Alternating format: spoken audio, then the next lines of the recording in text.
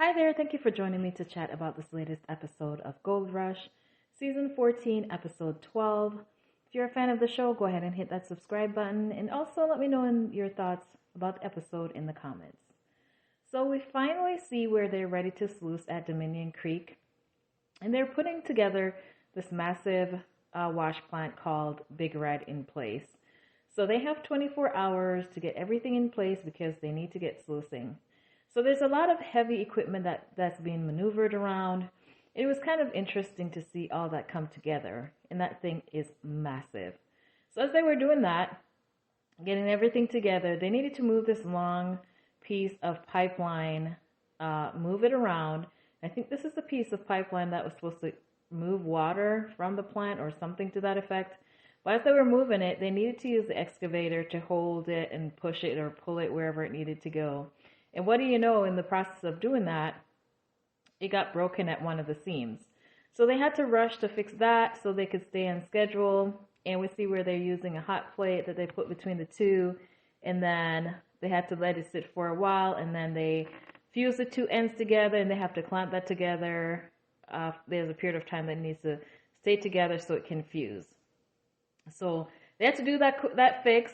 I don't think they said how long that took for them to do that or how long that set them back.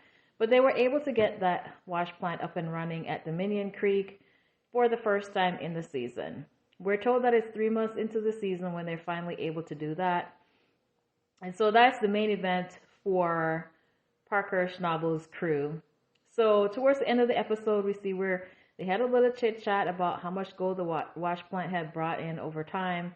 And then they have their weighing, and they did their weighing, and they have 250.7 ounces, which we're told that is valued around $500,000, which came from Lucifer after running it for the past week. And then next we have Big Red, which is the new plant that they were putting together. Did I say a different name? Yeah, so this big, massive plant they put together is called Big Red, and they had it running for 2 days.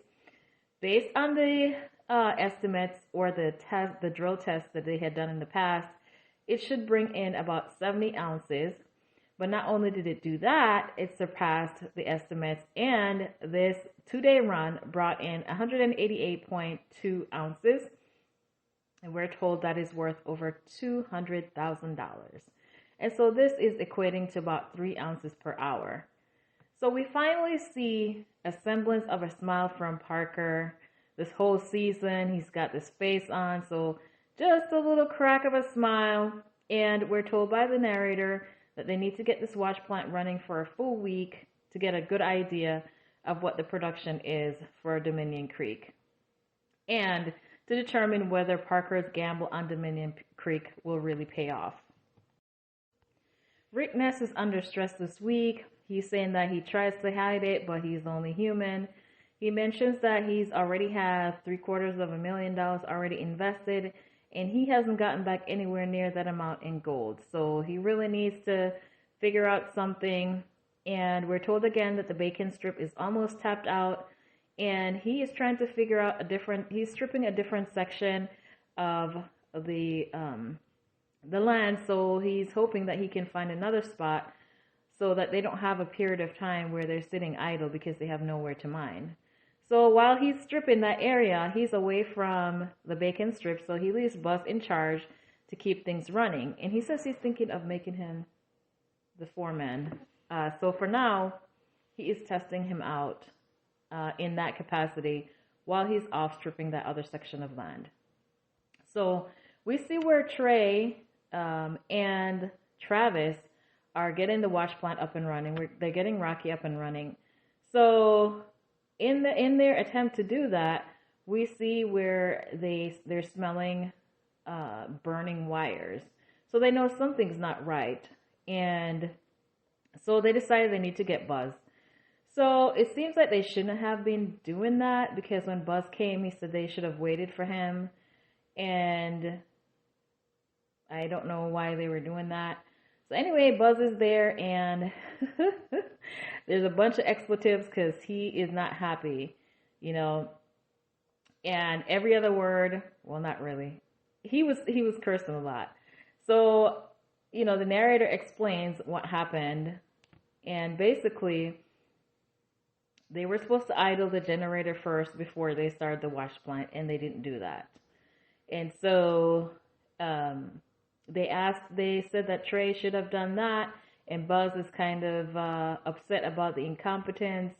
But on the other hand, Trey is pretty new, so I don't know if he took it upon himself to do that, or maybe he has done that in the past with assistance from somebody else. But we know on this occasion it's him and the camp cook who were there.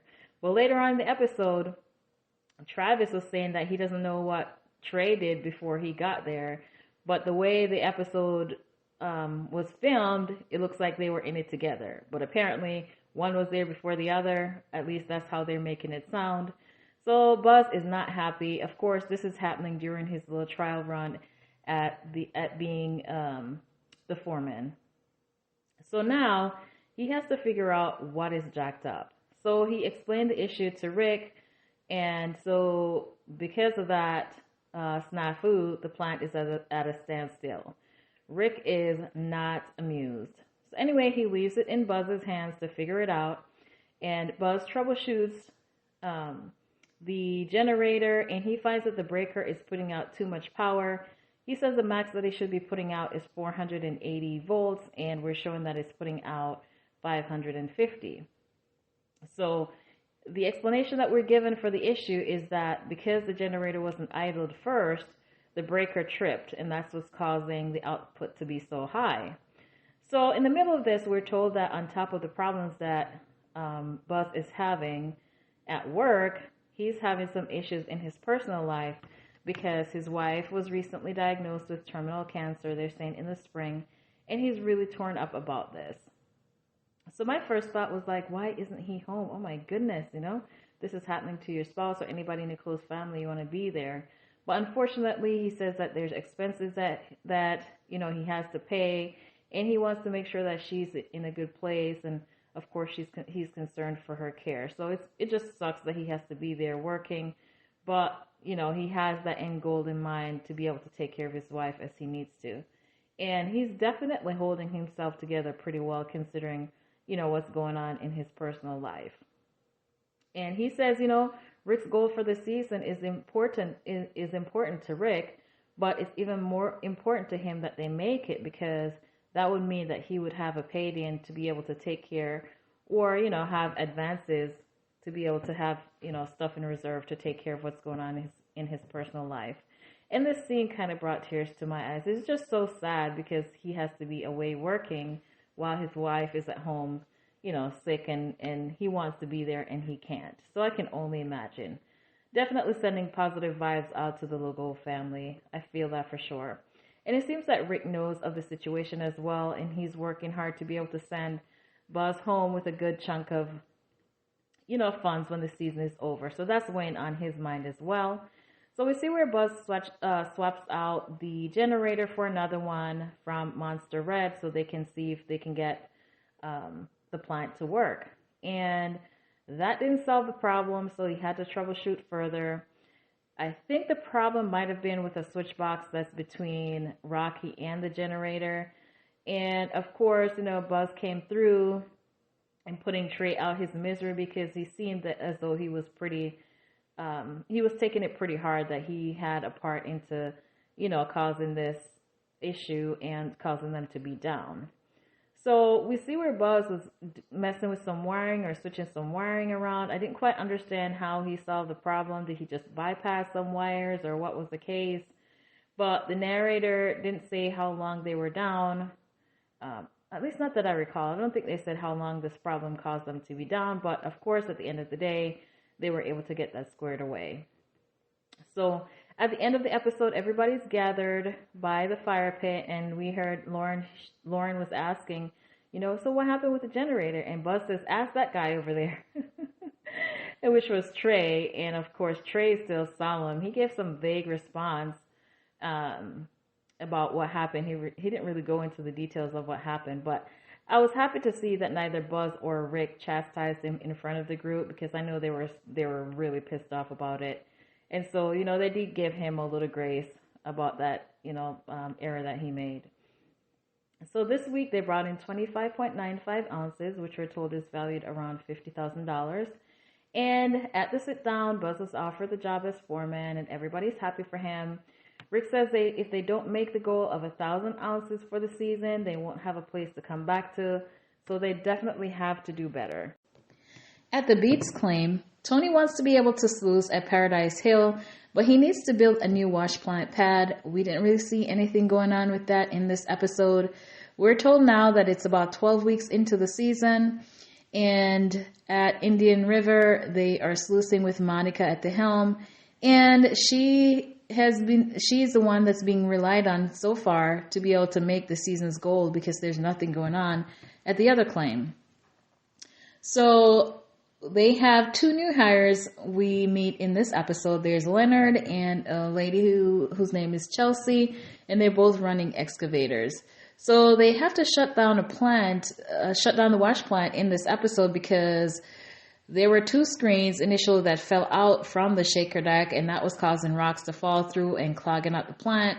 And that was keeping them from being able to get the gold out the dirt that they were putting in. So when they run it, it kind of didn't really make sense to run it because they're losing gold because the screens fell out. So they had to rig something up to be able to cover up the hole and get back to sluicing as quickly as possible. And we're being told that, in order to get this fixed correctly, they'll have to get the proper polydecking that they need to fill in this spot. So they rigged something up and welded it in to cover up the hole and to be able to keep working. Of course, whenever anything goes wrong, Tony shows up. And so this was no other. Shortly after they rigged this thing up, Tony came by because he wanted to see what was going on over there. He's heading over to check things out. But shortly after he heads over there to see what's going on, he's like, oh, things are looking okay. And what do you know? Not long after those words came out his mouth, we see a scene where there's a bunch of rocks falling everywhere, and they had to go shut down the plant. So it seems like the shaker deck is all torn up now because of the damage.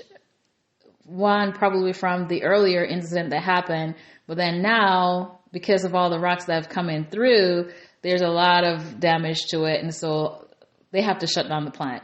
Tony thinks that it'll take 3 to 4 weeks to get a new deck, and he said that they'll need to shut it down and until they can get replacement screens. So this really sucks for them because this is the only spot that they had that was bringing in any gold, and now they need to shut it down.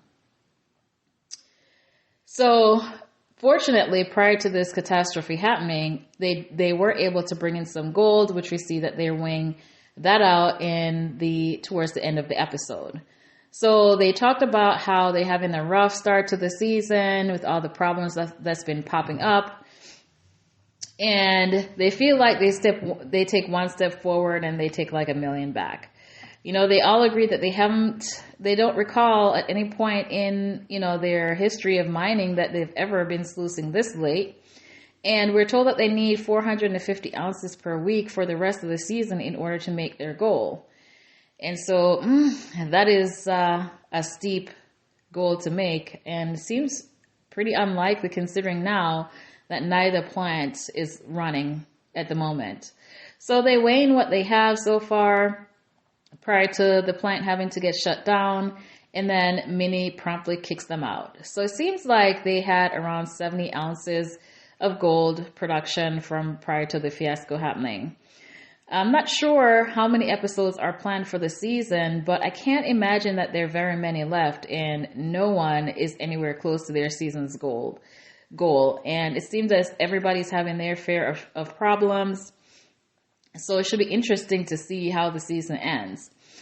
We know Rick had mentioned that, if they're not able to make their goal for the season, then they might not be able to come back next season. So I don't know what his plans are to be able to keep, mining next season. So anyway, we'll see how the season ends. Let me know your thoughts on the episode. What do you think of the fiasco at Rick's plant in this episode? Like, comment, and subscribe.